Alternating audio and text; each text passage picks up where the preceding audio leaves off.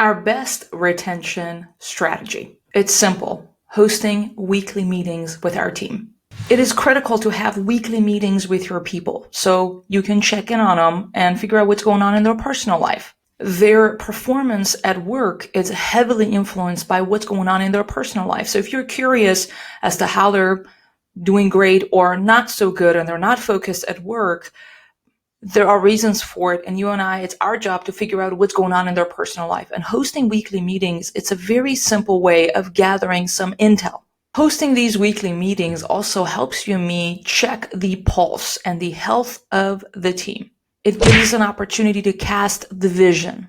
Maybe you have some marketing initiatives coming down the line for this next month. What's the vision, the sales growth, or, are you going to purchase equipment or anything like that? Hosting these weekly meetings gives you an opportunity to communicate those things with your team. Another benefit of hosting weekly meetings is that it gives you an incredibly great opportunity to give and receive feedback in a casual setting. When it comes to giving feedback, it gives you an opportunity to review their performance, looking at some metrics and data from the past week. If there has been some issues, identify what's the problem, identify what trainings need to be provided, or if the performance has been great, despite the challenges we've had this last week, it gives you a great opportunity to give positive feedback, encouraging the team member and setting up for challenging them. How are they going to up-level their skill sets for next week? It's also a great opportunity to receive feedback through asking specific questions. How can we as management support the team or the team member that you're meeting with better? What kind of training do they need from us? Or maybe something's happening in their life. For example, they got their finals are coming up and they're going to need their hours to be reduced. So we can hear those things early on before it's too late. And if you're wondering when you should start having weekly meetings, well, today is your lucky day. And if you're wondering where to start, is it grab a pen and paper next time you go to your restaurant, hopefully today or tomorrow. Grab a pen and paper. After the rush, sit down with a team member for like 5 minutes and ask them some questions. This is the time to simply listen. And listening is easy. You just, you don't need to prepare for the meeting. You just ask some specific questions and you hear for the answer. And you pay close attention to the answers. What questions to ask? Ask them, what's going on in your life? What's stressing you out at work or at home? If they share with you about their family on a personal level, ask them more questions. So how old are your kids?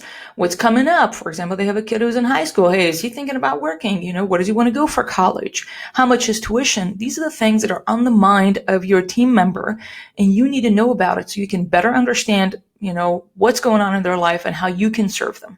If they're a college student, you're like, well, when are your finals coming up, or you got midterms, or how many credits do you have?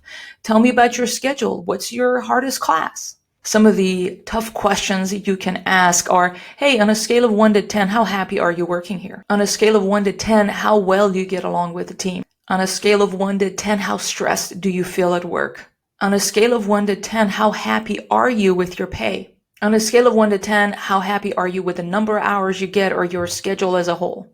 On a scale of 1 to 10, how equipped do you feel at work or what's expected of you?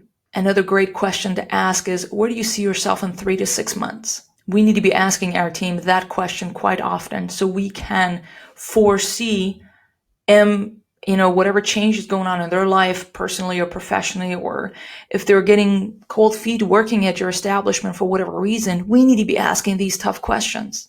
The key here is that we need to listen to what they say and ask more questions. For example, if they say that on a scale of 1 to 10, how happy they're with their pay, you can, for example, they answer and say 6.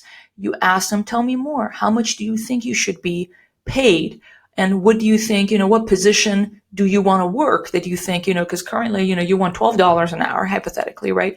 Currently, so-and-so, a position, whatever it is, the lead or the person who does inventory, I don't know, whatever thing it is, that person makes $12 an hour. What are your thoughts on working together and equipping you, coming up with a list of all the things you need to learn in the next month or in the next 2 months so you can get to that level of skill set to make $12 an hour? It is very important for you and I to know what our people want. So in return, hopefully we will get what we need.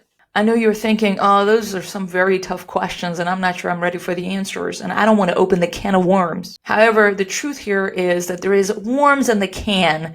We need to open the can, get the worms out, and clean the can every single week so there are no worms. Having weekly meetings with your team as a whole, or with your managers and with your team members individually, is going to take a lot of time. However, it has been our greatest strategy in increasing our retention rate.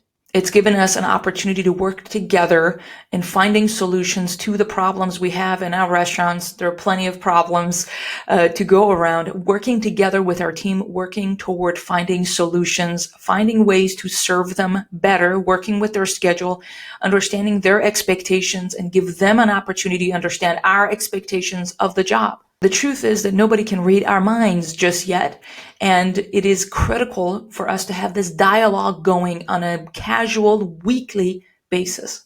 Because the truth is, without a happy team, we've got nothing.